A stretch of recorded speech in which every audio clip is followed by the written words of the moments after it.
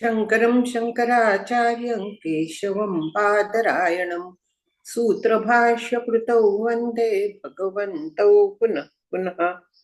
श्रुतिस्मृतिपुराणानाम् आलयं करुणालयं नमामि भगवत्पादं शङ्करं लोकशङ्करम्।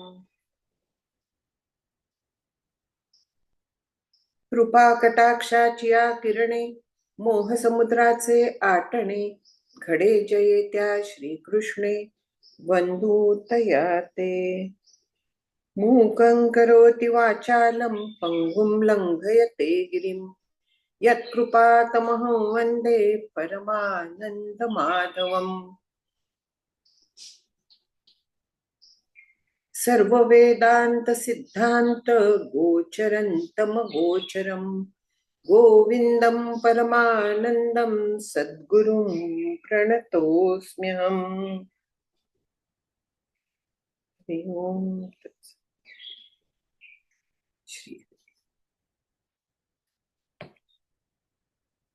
गेल्या वेळे 560 पर्यंत झालं होतं, तर त्याच्यात सांगितलं की मुक्त होणारं काय आहे.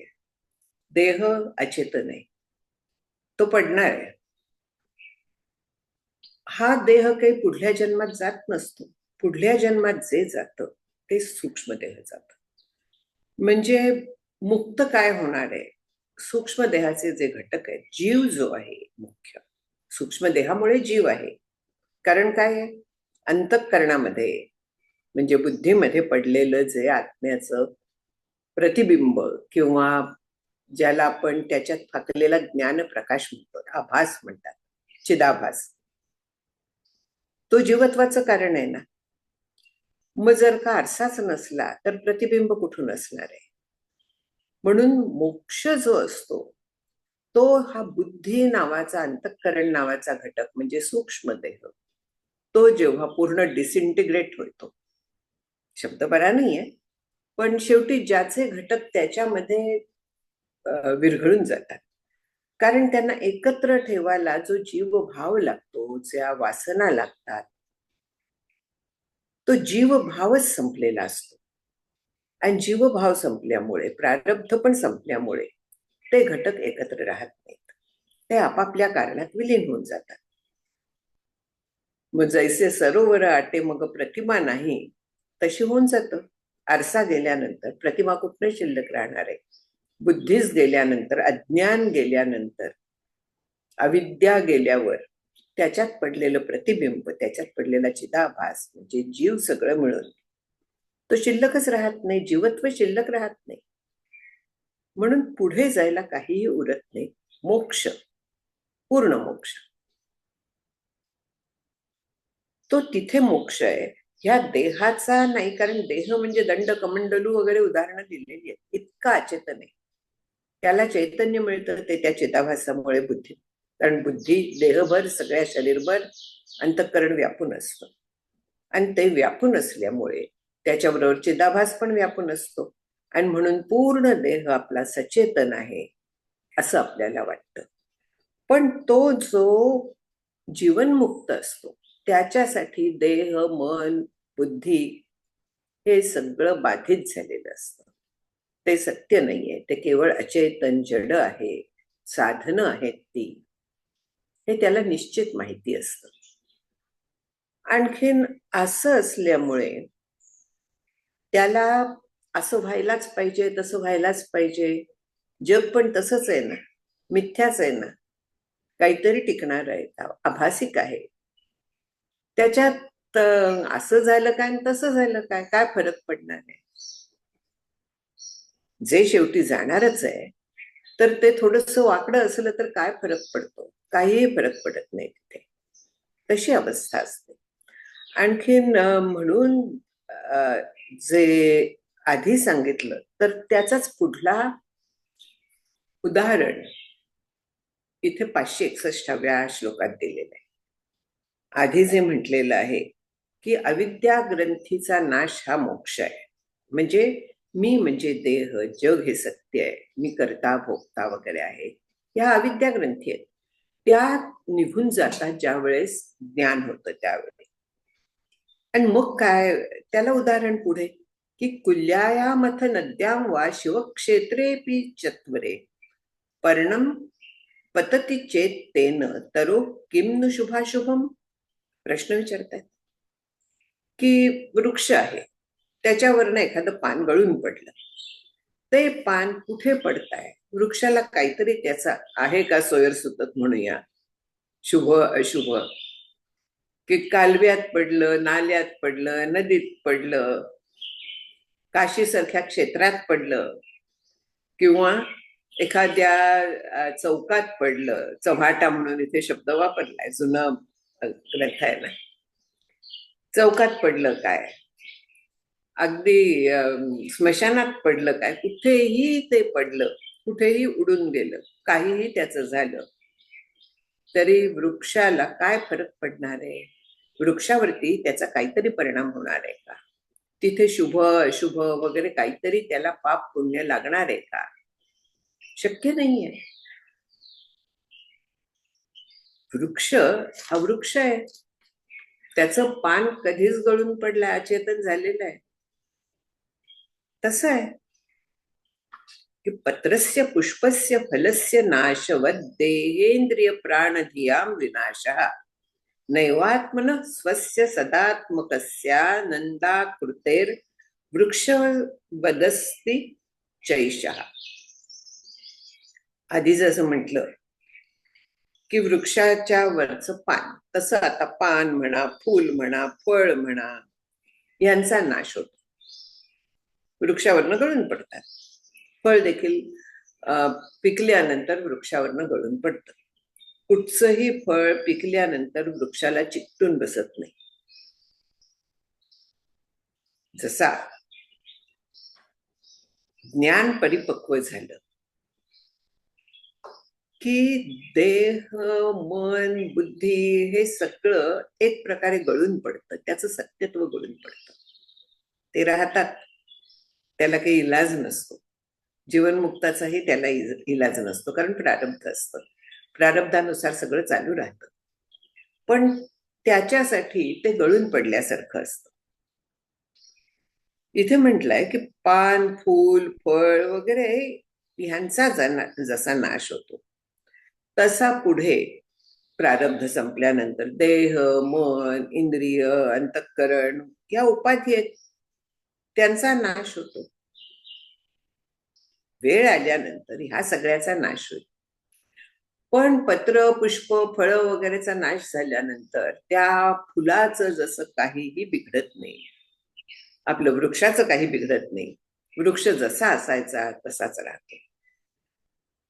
तसा हा जो मूळचा आहे, ज्याचं जे स्वरूप आहे, आत्मतत्व आहे, ते ह्या देह, प्राण, मन, इंद्रिय वगैरे उपाधींचा नाश झाला तरी ते जसंच्या तसं राहतं.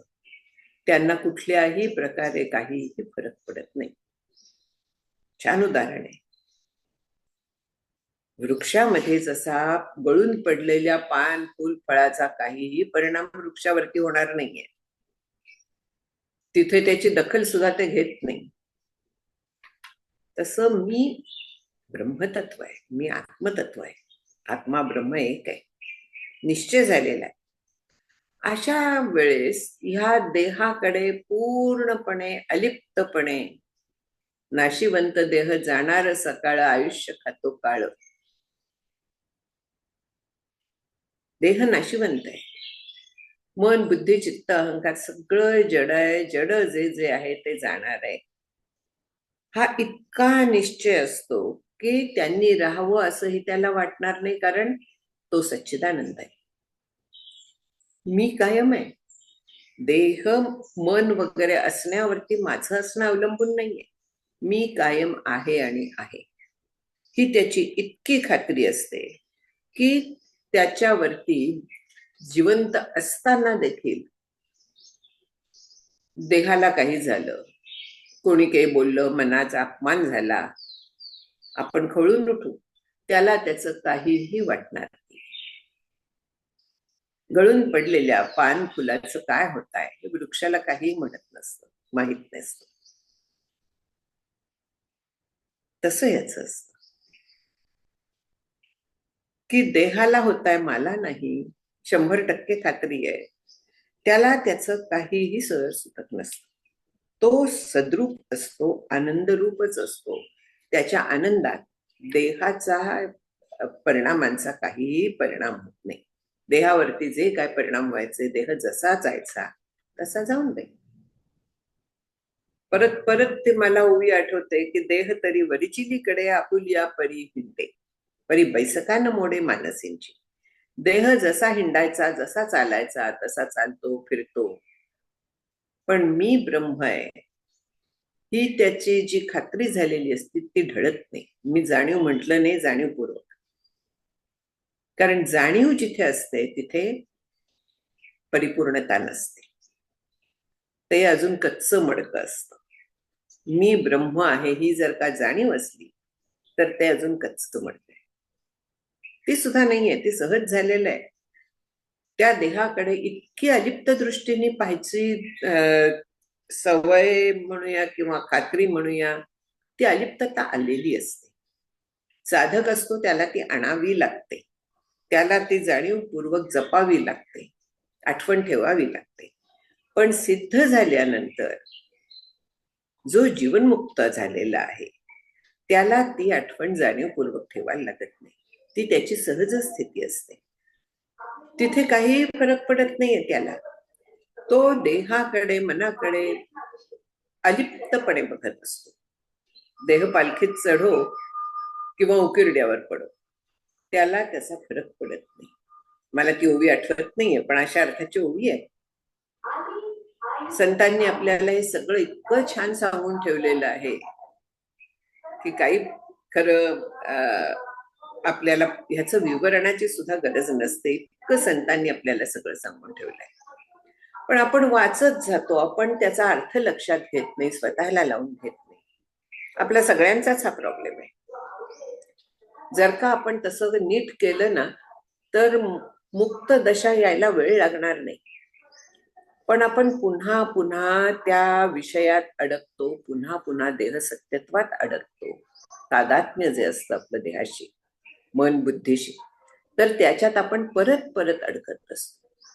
संत आपल्याला सांगत राहतात, समर्थ त्यामुळेच म्हणतात किंवा शास्त्र म्हणतं की परमार्थामध्ये पुनरुक्ती हा दोष नाहीये.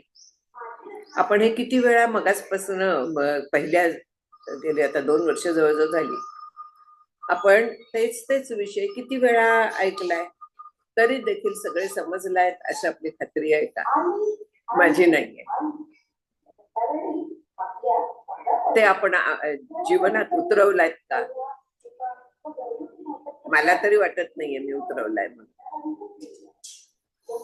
म्हणजे परत परत जे सांगायला लागतं ते एक एक थेंब दगडावरती पडत गेला की दगडाला भूक जसं पडतं त्याप्रमाणे आपल्या अंतःकरणावरती ते उलटायला, त्याप्रमाणे अंतःकरणावरती पक्क झाल्याशिवाय ते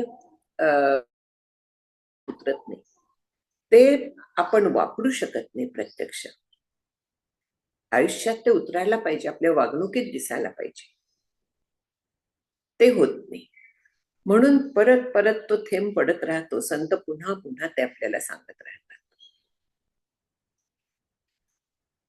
म्हणून एकदा मी ग्रंथ वाचला, झाला माझा, मला आणखीन कशाला पाहिजे? ती काय कथा कादंबरी आहे एकदा वाचून फेकून द्यायला? परत परत वाचल्याशिवाय ते आपल्याला पक्क होत नाही. त्यातल्या बारकावे आपल्याला कळत नाहीत. खूप त्याच्यात बारकावे असतात. म्हणजे एकेका श्लोकावरती तास 2 तास का बोलतात बोलणारे, त्यातले बारकावे उलगडून सांगत असतात. आणि तरी सुद्धा प्रत्येक वेळे आणखीन काहीतरी वेगळं जाणवतं. हे सत्य आहे, हे आपण लक्षात घेत नाही. आणखीन एकदा वाचल्यानंतर माझा हा ग्रंथ झाला म्हणजे आपण पण समजलो. ग्रंथ कधीही होत नाही. कितीही वेळा अभ्यास करा, त्याच्यातनं नवीन आपल्याला मिळतच जातं. पारमार्थिक ग्रंथांचं हे वैशिष्ट्य आहे. कारण ह्या विषयालाच एवढी खोली आहे. ब्रह्म अगम्य आहे. हे अगम्य असल्यामुळे त्याचा वेगवेगळ्या पैलूतून वेगवेगळ्या काय म्हणूया आपण, सतत ते उलगडतच जात. मारुतीची शेपूट असते ना, आपण नेहमी म्हणतो ते उदाहरण देतो, ती जशी लांबतच गेली, मारुतीला जोपर्यंत इच्छा होती तोपर्यंत ती शेपूट लांबत गेली. त्याने ठरवल्यावर ती थांबली वाढायची. पण ती नेव्हर एंडिंग जसं असतं तसं हे ज्ञान आहे, नेव्हर एंडिंग आहे. आणखीन म्हणून मला वाटतं समर्थांचं आहे की या मार्गीचा कापडी महेश अजूनही, म्हणजे प्रत्यक्ष शिवशंकर देखील अजून साधक आहेत, ते स्वतःला सिद्ध म्हणत नाही. आपण मात्र अर्ध्या कुंडाने पिवळे होणारे लोक. आता शेवट आलाय त्यामुळे काही बोलायला हरकत नसते. मी हे स्वतःला सांगत असते की अभ्यास करायला हवा, अभ्यास कधीही सोडून चालत नाही. हा जो दृष्टांत सांगितला वृक्ष आणि पान फूल वगैरे, तो फार, वृक्षाला जसं काहीही नसतं तसं जे म्हणजे मूळ जे आहे त्या मुळाला म्हणजे आत्मतत्वाला या देहाशी काहीही देणं घेणं नसतं. देह जाओ अथवा राहो, आम्ही तो केवळ वस्तूची आहो, बस. देहावरती माझं अस्तित्व अवलंबून नाहीये, मी कायम आहे.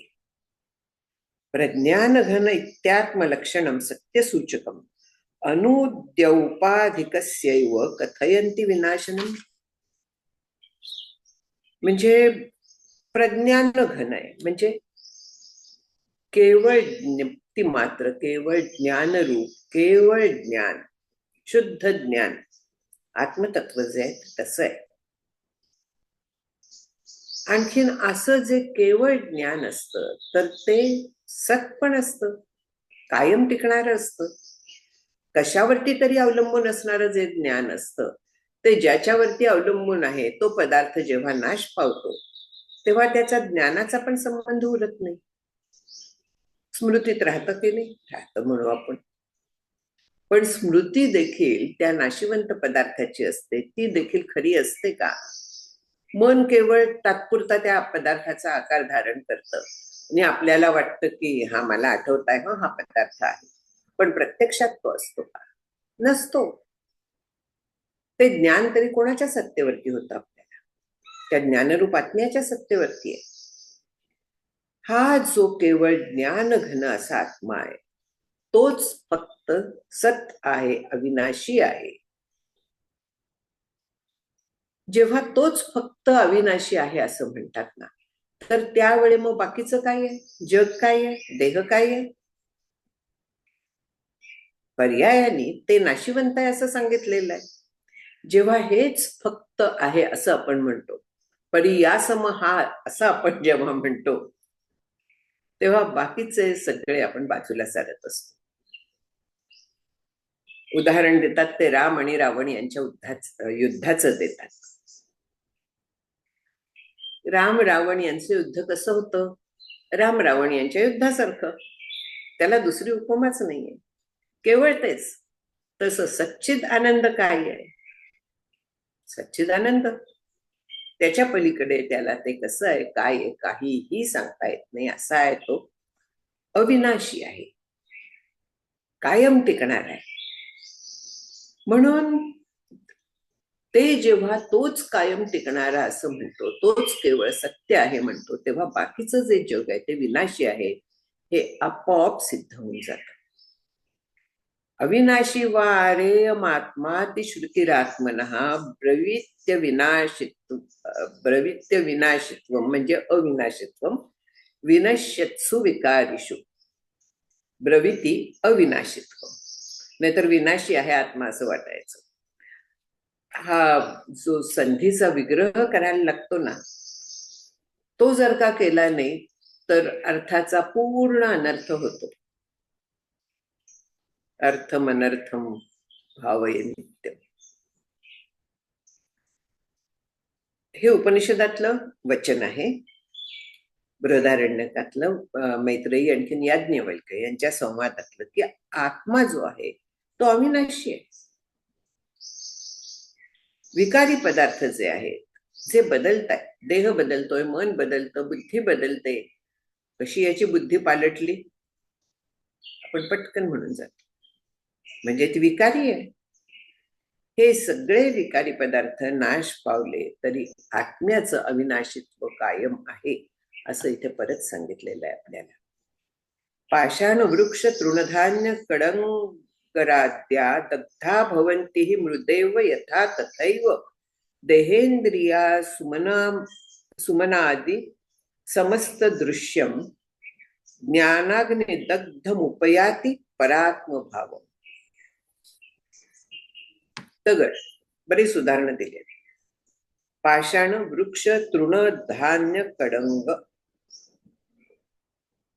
दगड, झाड, गवत, धान्य, धान्य काढल्यावर उरलेला पेंढा, हे कुठचेही हे पदार्थ जेव्हा जळतात, जाळले ते, दगड जळतो का? पाहिलं असेल, दगड जर का आगीत असला तर तो फुटतो, अग्नीने तो फुटतो. म्हणजे त्याचं शेवटी काय होतं? माती होते. झाड, गवत वगैरे देखील राख होते. राख होते म्हणजे मातीचाच भाग येतो ना. केवळ माती रूप आहेत ते सगळे. त्याचप्रमाणे हे जगातले पदार्थ जसे पृथ्वीमधून आले आणि पृथ्वीमध्ये मिसळले, तसं देह, इंद्रिय, प्राण, मन, बुद्धी, सगळं हे दृश्य जे आहे, हे दृश्य जगत, ज्याला मी मी असं म्हणत होते, हे जे जग आहे, ज्याला मी माझं म्हणत होते, ते ज्ञानाग्नीने जेव्हा जळतं तेव्हा ते परमात्म स्वरूप होतं, त्याच्याहून वेगळं राहत नाही. कार्याचा कारणात लय होतो. हे जे सगळे पदार्थ आहेत ते पृथ्वीतनं आलेले आहेत, पंचमहाभूतात्मक आहेत. ते पंचमहाभूतातच विलीन होतात, ते वेगळे राहू शकत नाही. त्याच्याहून कधीही ते वेगळे नसतात.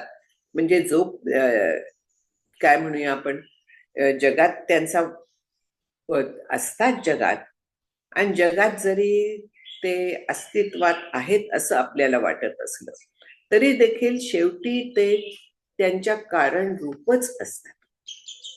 मातीचा घट केला, घट हा कधीतरी मातीला सोडून राहील का?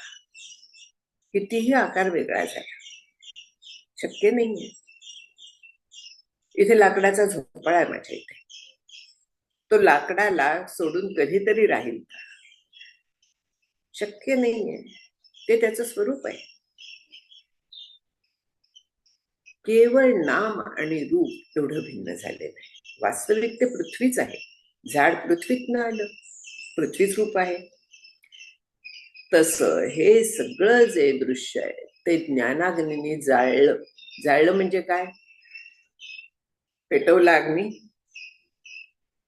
ज्ञानाग्नीने जाळलं म्हणजे ज्ञानाने ते मिथ्या केलं, सत्य नाहीये हा निश्चय केला. हे ज्ञानाग्नीने जाळणं आहे. असं जेव्हा ते केलं जातं तर त्यावेळेस ते सगळं आत्मरूप आहे, सगळं ब्रह्मरूप आहे. कारण निर्माण कसं झालं?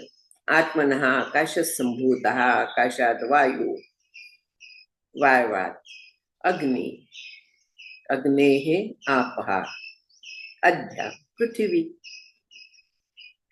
एक एक संपूर्ण हे आपल्याला चेन कशासाठी सांगितली? कारण शेवटी हे जे पृथ्वी रूप आहे ते सगळं जलात जाणार आहे. जलरूप जे आहे ते अग्नीत जाणार आहे, पुढे वायूत मिसळणार, पुढे आकाशात लय पावणार आहे, ब्रह्मात गेलं. पुढे जे जिथून निर्माण झालं ते तिथेच जातं. तसं आहे हे की ज्ञानाग्नी जो आहे तो असा असतो. हे सत्य नाहीये हा 100% तिथे निश्चय असतो. आणि मग एकदा सत्य नाही म्हटलं की देहाला जे चाललेलं आहे ते तरी सत्य आहे का? देहाचे विकार तरी सत्य आहेत का? नाही. सत्य फक्त आत्मा आहे आणि तो आत्मा मी आहे. हा निश्चय झाल्यानंतर दुःखाला तिथे प्रवेश राहील कसा काय? दुःखाची जी कारण आहेत ती जगातली आहेत. देहातली म्हणजे जगातलीच असतात ना. त्रिविध ताप आपल्याला माहिती आहेत. आध्यात्मिक म्हणजे देहाच्या संदर्भात, आधी भौतिक जगाकडनं होणारे, आणखीन आधी दैविक. हे ताप देखील जे आहेत ते निर्माण झालेल्या वस्तूंपासून प्रत्येक ताप आहे.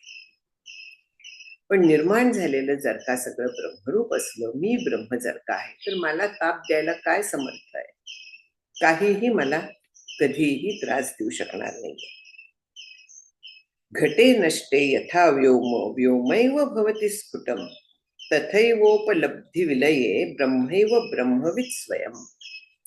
उदाहरण दिलंय की घट होता, घटाला नाम रूप आहे, सगळं आहे मान्य, अस्ति भाती प्रिय हे आहे.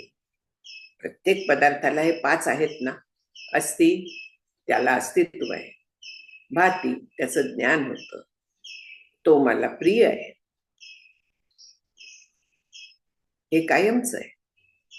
घट हा एक गेला तरी दुसरा घट असतो, अस्ति. घट गेला माती, अस्ति. अस्ति हे कधीही जात नाही. अस्ति म्हणजे निरपेक्ष अस्तित्व आहे.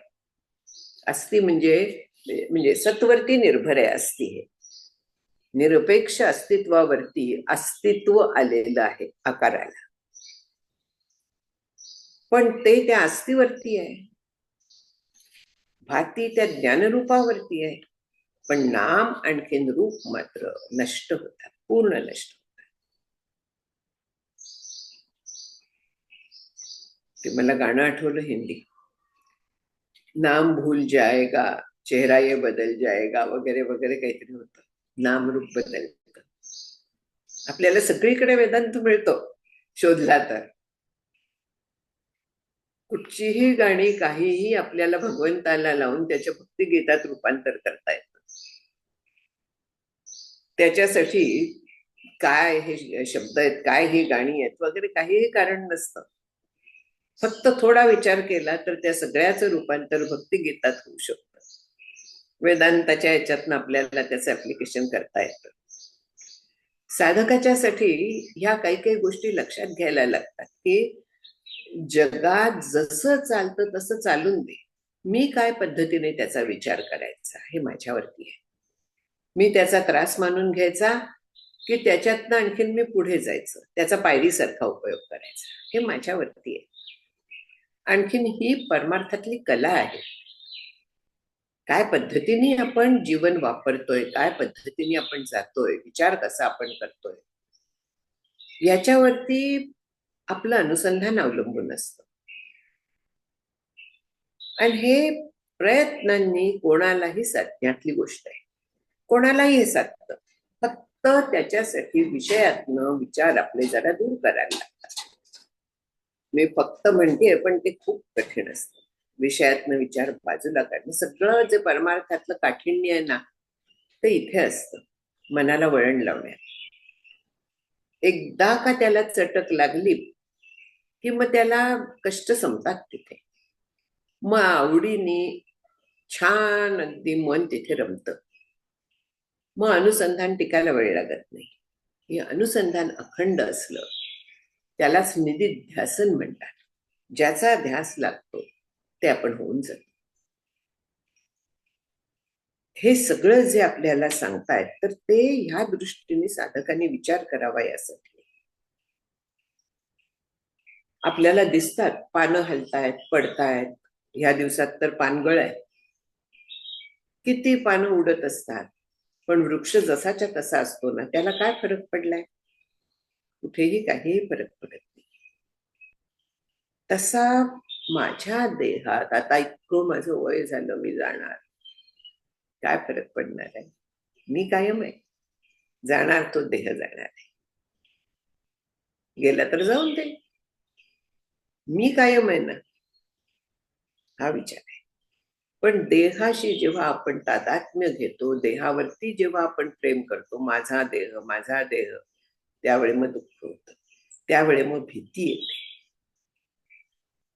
पण जर का आपण देहाकडे वेगळं पाहायला लागलो तर निर्भयता ही ठेवलेलीच आहे. द्वितीयाद वै भयम भवती, भयाचं कारण निघून जातं आणि मग भये व्यापिले सर्व ब्रह्मांड आहे. भयात इथं तो संत अनंत पाहे. जो भयातीत झालेला आहे तो त्या सत्वरती लक्ष ठेवतो. अनंत तत्व मी आहे हे तो जाणतो. म्हणून घट नष्ट झाला तरी त्यातलं आकाश जे असतं ते नष्ट होतं का? ते महाकाशात विलीन होतं. तसा हा घट नष्ट झाला. आत्मतत्व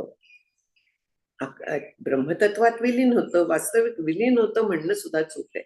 घटातलं आकाश कधीतरी महाकाशापासून वेगळं आहे का? कधीच नाही. तसं आत्मतत्व ब्रह्मतत्वापासून कधीतरी वेगळं आहे का?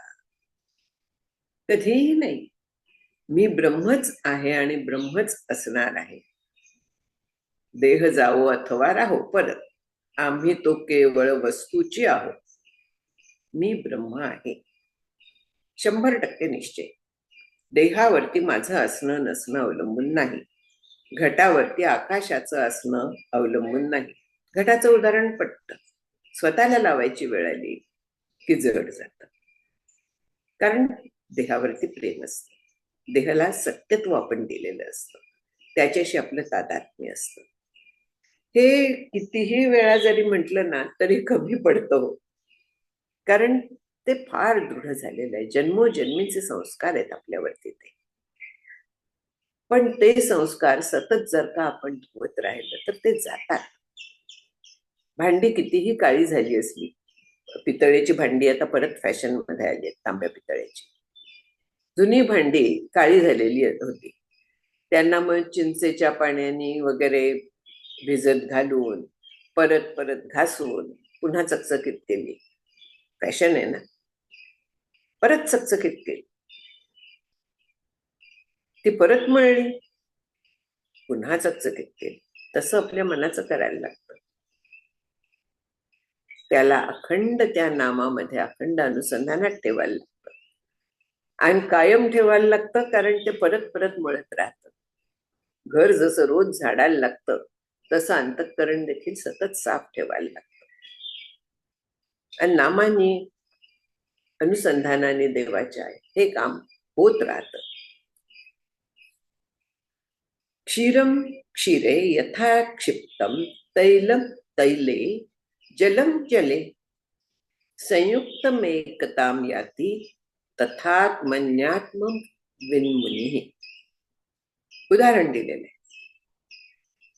दूध आलं, त्या दुधातनं मला वाटलं की जरा दुपारी चहाला ताजं दूध असावं, पुष्कळ जण करतात, म्हणून ते दूध मी बाजूला काढून ठेवलं, फ्रीजमध्ये ठेवून दिलं.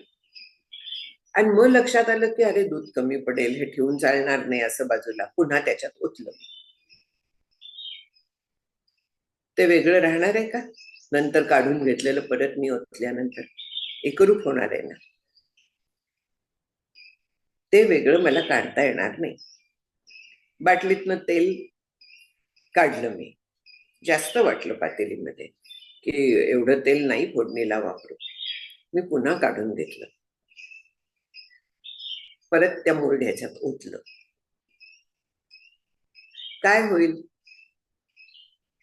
पूर्णपणे मिसळून जाईल. ते वेगळं राहणार नाही. ते मला काढलं होतं पातेलीत, आता मी वेगळं राहणार असं नाही होत. जलम जले, अर्घ्या देण्यासाठी उंजळीत पाणी घेतलं जातं. आणखीन ते पाणी परत त्या पाण्यातच घातलं जातं. नदीमध्ये पूर्वी तलावामध्ये स्नान करायला जायचे, अर्घ्य द्यायचे, ते तिथलंच पाणी घेऊन त्याच्यातच घालत असत.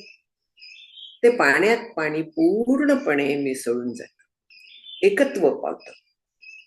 त्याप्रमाणे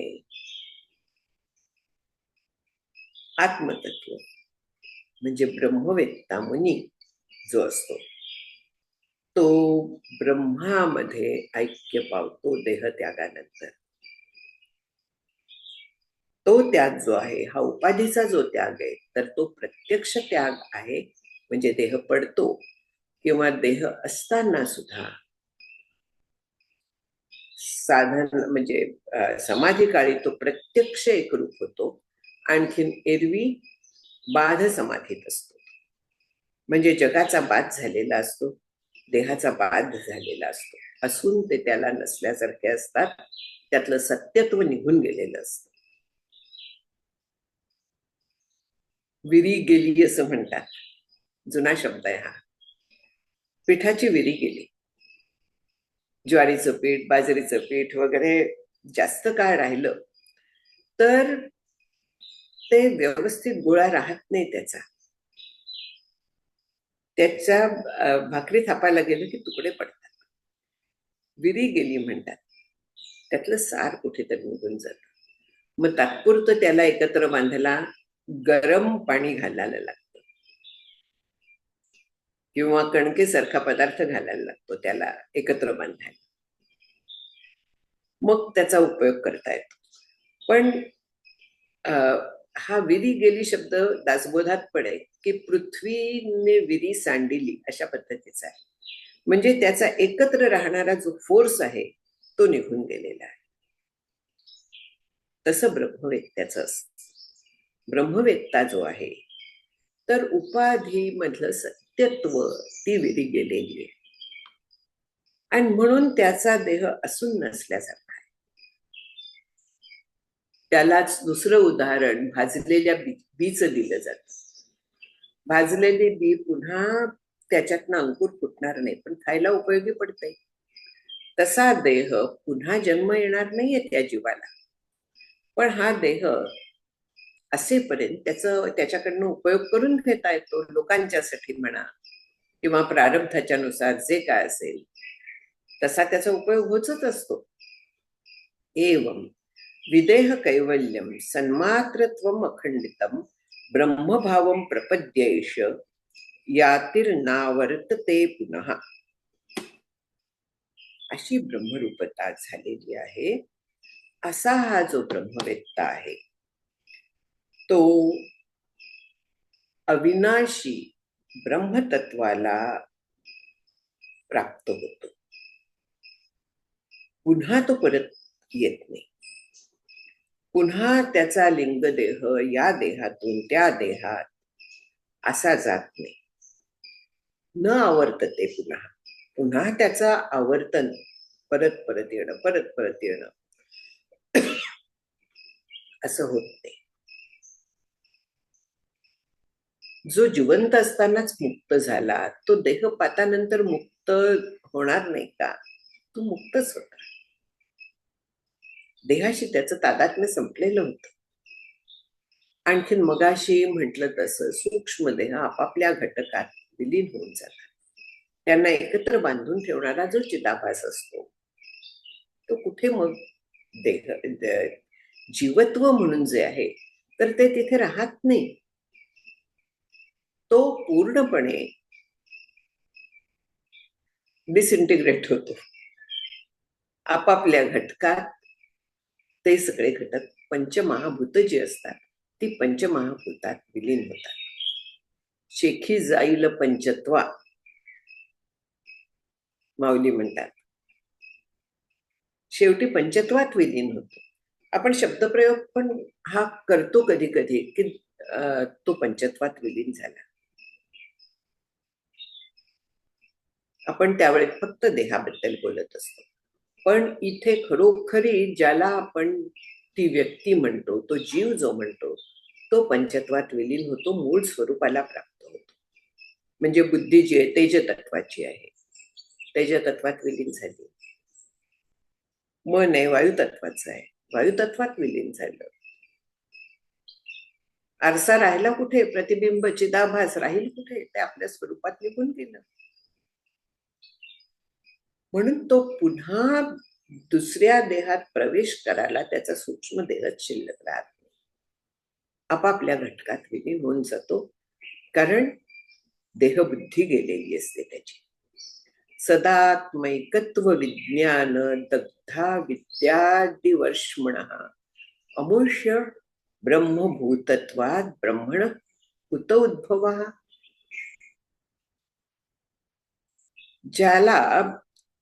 ज्याची तिन्ही शरीर भस्म झालेली आहेत म्हटलेलं आहे. भस्म झालेली आहेत म्हणजे फॉर ऑल प्रॅक्टिकल पर्पसेस. प्रत्यक्षात भस्म झालेली नसतील, कारण तो जीवनमुक्त आहे, ब्रह्मवेत्ता आहे. त्याला जीव आणि ब्रह्म एक आहेत अशी 100% खात्री झालेली आहे. म्हणजे साक्षात्कार त्याला आपण म्हणतो.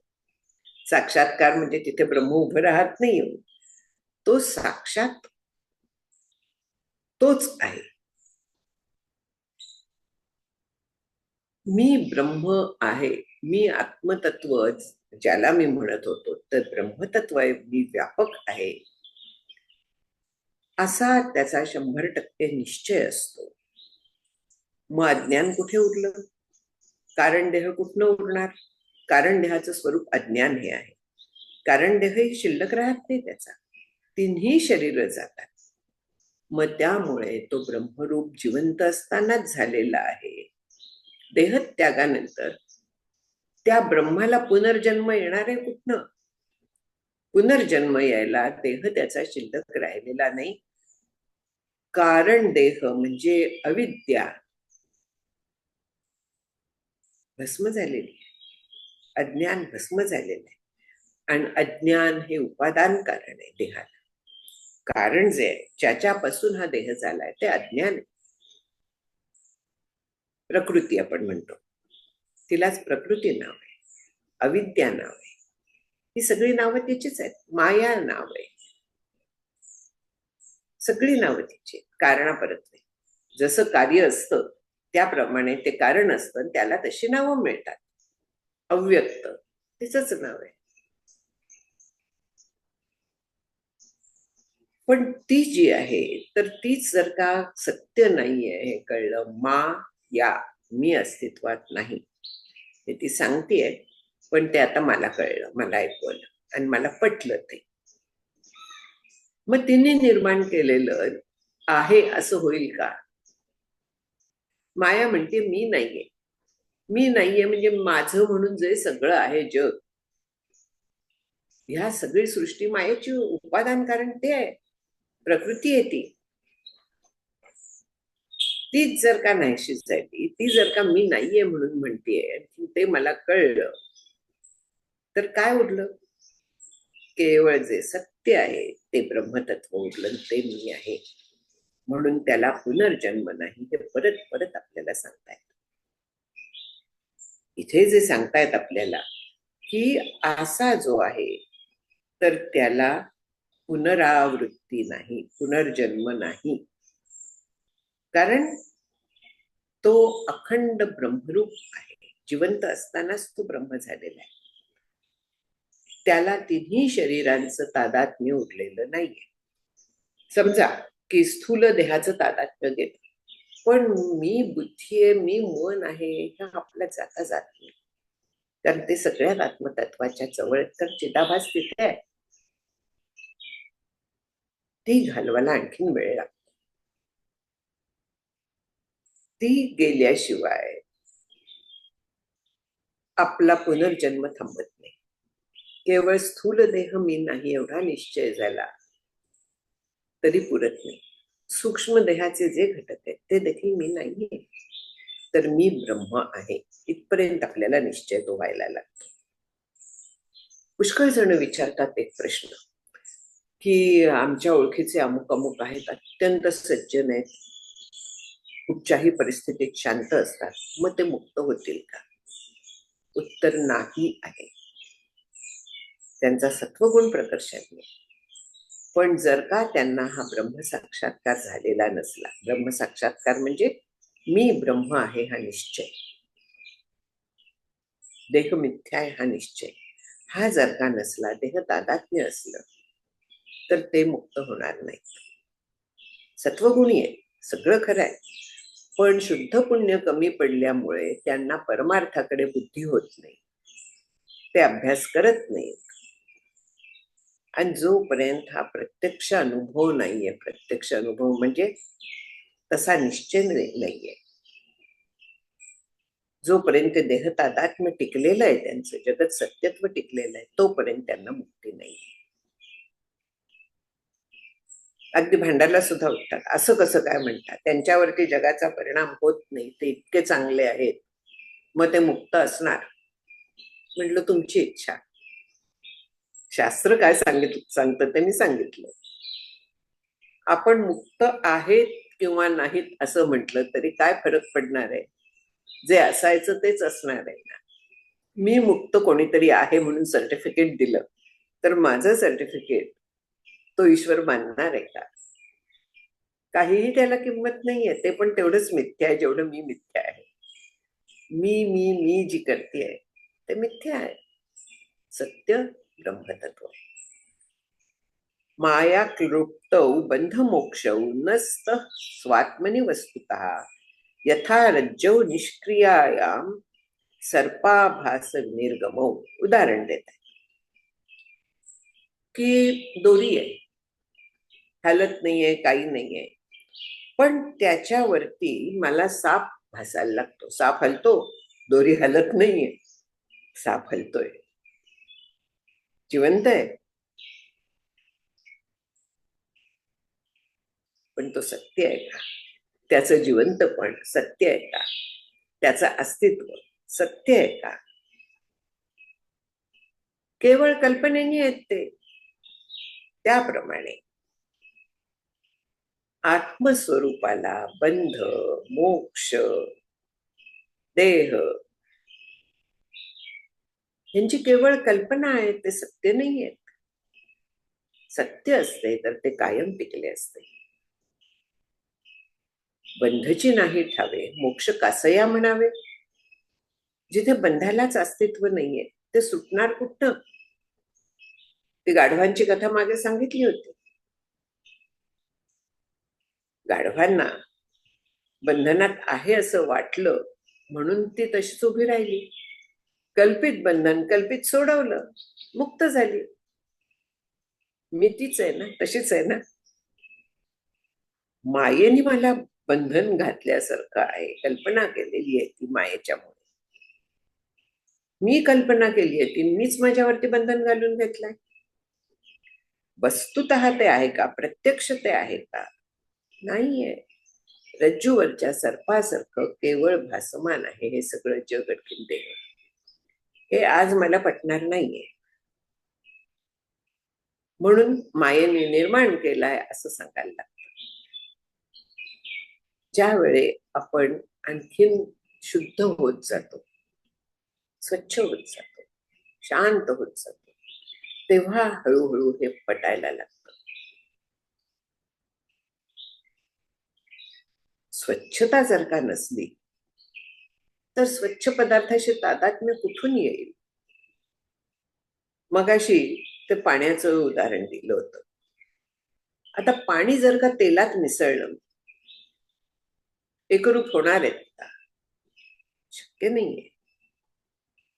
तसं कल्पित पदार्थ सत्य पदार्थाशी एकरूप कसे काय होतील? शक्य नाहीये ते. मायेने कल्पित आहे, मायाच्यामुळे कल्पित जग, देह वगैरे जे आहेत सगळे,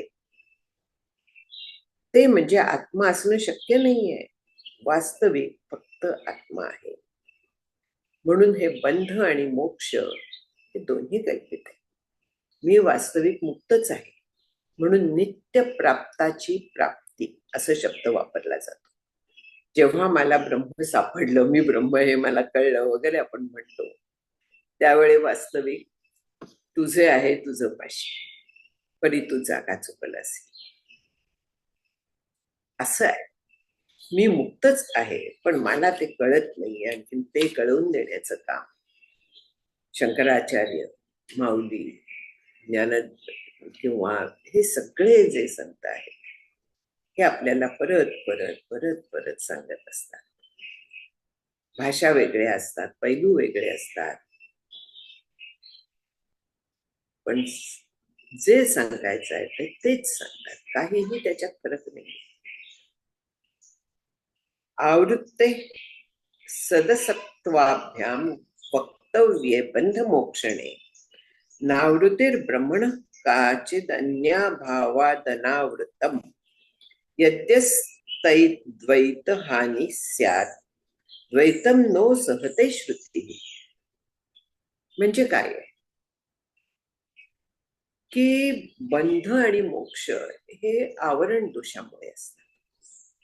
मी ब्रह्म हे मला कळत नाही, हे आवरण आहे. ह्या आवरणामुळे मला जग भासायला लागलेलं आहे. हे आवरण गेलं की मी ब्रह्मच आहे. आवरणामुळे बंध आहे असं वाटतं, देहाचा वगैरे त्यांच्या सत्यत्वाचा बंध असतो.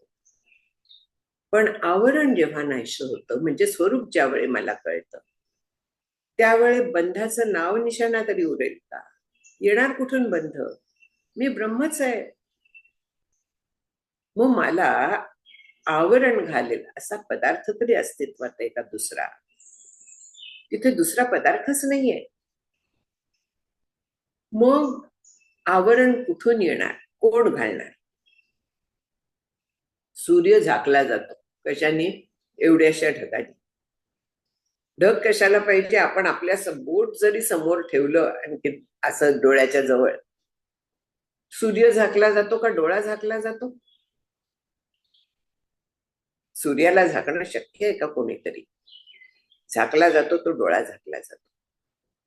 आत्मतत्व जे आहे, तर तिथे त्या बुद्धीच्या वरती ज्या वासना आहे, ते जे सत्यत्व आहे तिच्या बाबतीत, त्याचं आवरण तिथे पडलेलं असतं. ब्रह्मतत्व व्यापक आहे.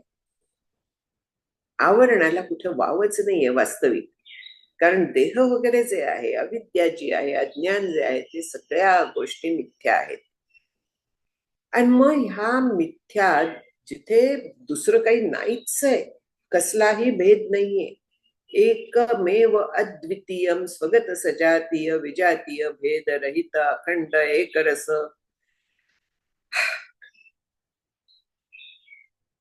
काय सांगतात हे सगळे शब्द? नेह नानास्ति किंचन. तिथे दुसरेपणाचा अभाव आहे, दुसरं काहीही नाहीये. मी जे आहे शुद्ध स्वयंज्योती एकम एव अखंड अशी आहे. त्या ब्रह्मावरती काय आवरण कोण घालणार आहे? समर्थांनी एक छान उदाहरण दिलंय की एक गुंजभर सोनं घेतलं आणि पातळ पत्रा केला, ब्रह्मावरती आवरण घालायला निघाला. शक्य आहे का? जगातलं सगळं सोनं आणलं तरी देखील आवरण घालणं शक्य नाही. तसं अज्ञानाने काय आवृत्त होतं? अज्ञाने आवृत्तम ज्ञानम तेन मुह्यंती जंतवः. माझं स्वरूपाचं ज्ञान त्यांनी आवृत्त झालंय.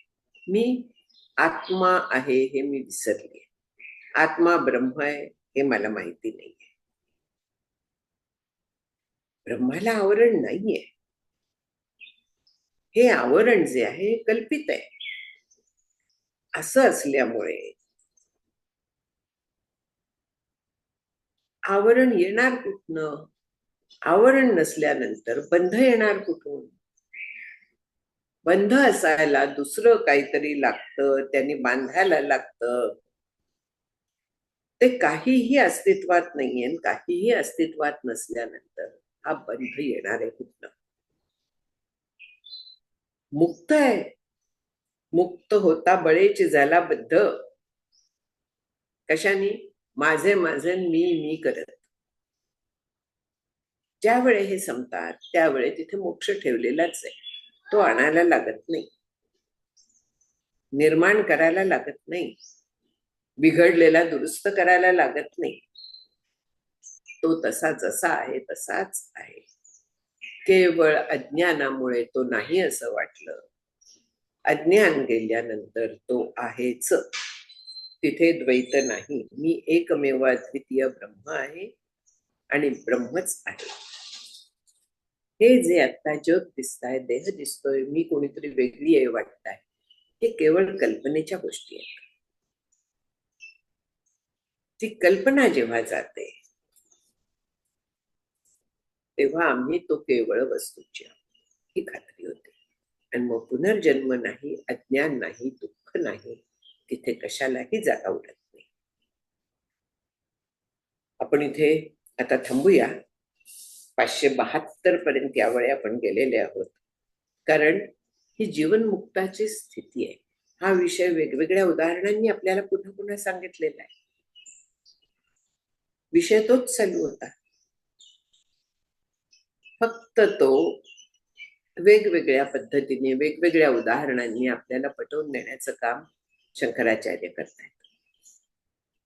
ते त्यांचं काम करतायत, आम्ही विसरण्याचं आमचं काम करतोय. हरिओम तत्सत. पांडुरंग. आपण सगळे हे लक्षात ठेवून त्याप्रमाणे आचरण करून हे काल्पनिक बंधन नष्ट करू अशी मी प्रार्थना करते आणि थांबते इथे. 572 पर्यंत झालाय.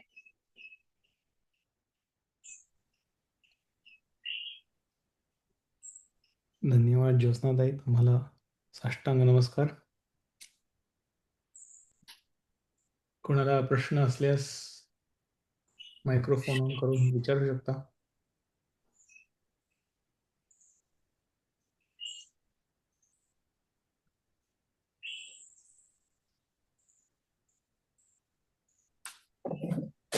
ज्योत्स्नाताई, बोला. नमस्कार. आपण मागच्या वेळी हे आजच्या ह्याला धरूनच आहे, पण तरी मागच्या वेळी आपण जो चांगदेव पासष्टीचा उल्लेख केला होता, ती मी बरेच म्हणजे खरं म्हणजे बऱ्याच वर्षापूर्वी वाचलेली होती. ती तुम्ही उल्लेख केल्यावर पुन्हा ती वाचायला घेतली आणि 2-3 वेळा आता ती वाचली.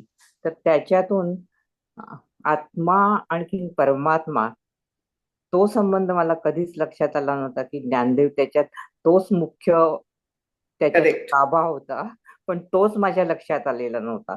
पण आज तुम्ही म्हटलं पुन्हा म्हणून ती पुन्हा काढली आणि पुन्हा वाचली तर अप्रतिम वाटलं.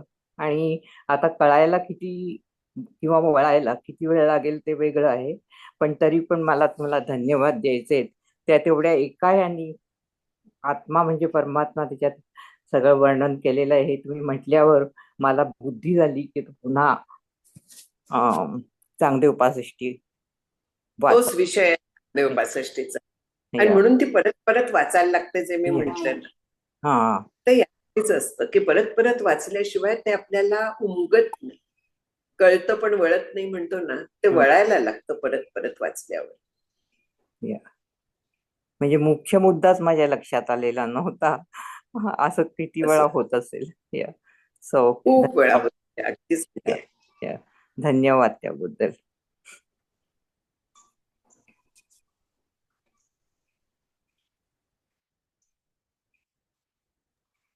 ज्योत्स्नाताई, कदाचित माझा ऐकताना मिस झालं, पण 566वा जी श्लोक आहे, सूर्याच्या प्रकाशात अंधकार नाहीसा होतो, असं अर्थात आहे.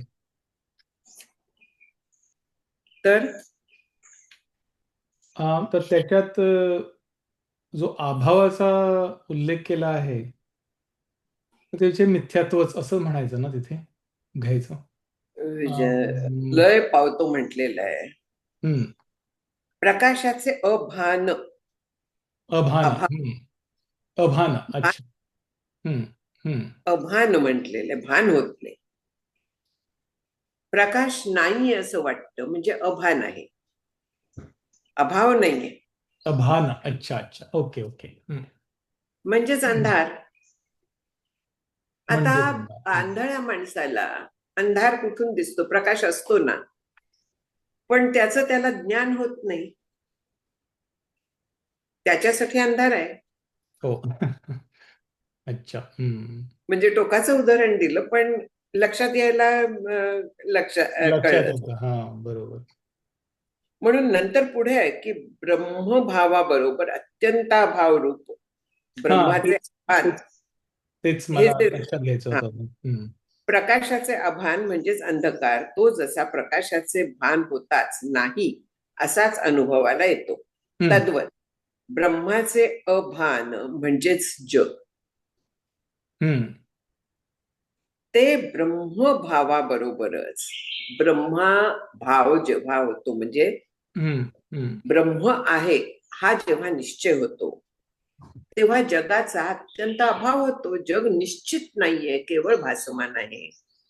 रज्जूवरचा सर्प जसा पूर्णपणे अत्यंत अभाव होतो त्याचा, की तो कधीही अस्तित्वात नव्हतं. न कश्चित जायते जीवो संभवस्य न विद्यते, त्याचा संभव सुद्धा नाहीये, इतका त्याचा अभाव होतो. होय. हा अभाव हा असा आहे की त्याची खात्री आहे ब्रह्म आहे मी म्हटल्यानंतर मी देह नाहीये 100% जेव्हा खात्री होते तेव्हा त्याचा खरा अभाव होतो, अत्यंत अभाव होतो. हम्म. तेच मला त्याच्याबद्दल हा, त्याच्यावरनच अजातवाद इथे आणि शेवटच्या ह्याच्यातही अजातवादच सांगायचा. तो शेवटचा हा. जो श्लोक म्हणलाय तुम्ही त्याच्यात. हा. हम्म. बोला, सॉरी. अजातवादच खरा असतो, पण तो पटत नाही म्हणून आपल्याला मायावाद, ईश्वर कारणवाद वगैरे सांगायला लागतात. हम्म. हळूहळू पायरी पायरीने पुढे न्यायला लागतं. संतांचं हे काम आहे ना, की हळूहळू ते पायरी पायरीनेच नेतात. एकदम पक्षासारखं आपल्याला कसं जाता येईल अभावापर्यंत. हम्म. मी काही गरुड वगैरे पक्षी नाहीये की जसा तो हा होता ना संपाती आणि कोण तुला कळलं असेल रामायणातला जटायू, ते जटायू. जसे सूर्याला झाकायला निघाले होते त्यांच्यात ते सामर्थ्य होतं, आपल्यात नाहीये. हम्म. तिथपर्यंत उंच उडायचं देखील आपल्यात सामर्थ्य नाहीये. तरी उत्पलवना मना सरिसा पक्षी बोंबे पळास डोंबे जायचा. हळूहळू ढाळे ढाळे म्हणून हम्म. ईश्वर कारणवाद, ईश्वराने जग निर्माण केलेलं आहे. मग नाही माया कारणवाद, मायेच्यामुळे ते भासताय. मग भासलेलं सत्य आहे का? नाहीये, जग झालेलंच नाहीये. हळूहळू हळूहळू जायला लागतं ते. आता ग्रंथाचा शेवट आलेला आहे. इतका काळ जे त्यांनी सांगितलं ते आपण त्याप्रमाणे वागतोय, ते बुद्धीत पक्क झालेलं आहे असं शंकराचार्य धरून चाललाय. होय. काय संतांचे गैरसमज असतात रे. ते जरी सायकेट्रिस्ट सायकोलॉजिस्ट वगैरे असले तरी देखील त्यांची ही अपेक्षा असते. आपण अपेक्षा भंग करतो. त्यांना कोणीच सांगायचं अशी अपेक्षा करू नका.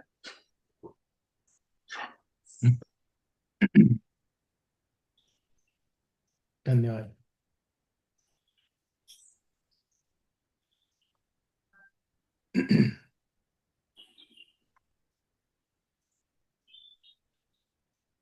आणखीन प्रश्न आहेत कोणाला? ग्रंथाचा शेवट येतोय. एक दोन प्रवचन आहेत. प्रश्न विचारायची सोय आत्ताच आहे.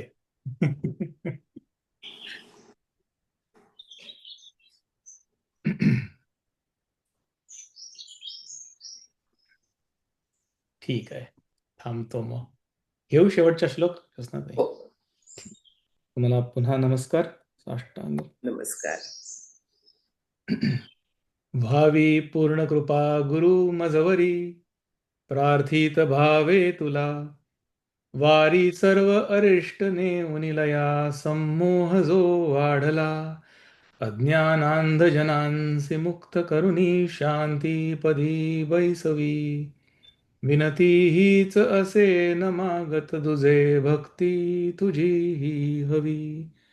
श्री सद्गुरुनाथ महाराज की जय. जय श्रीराम.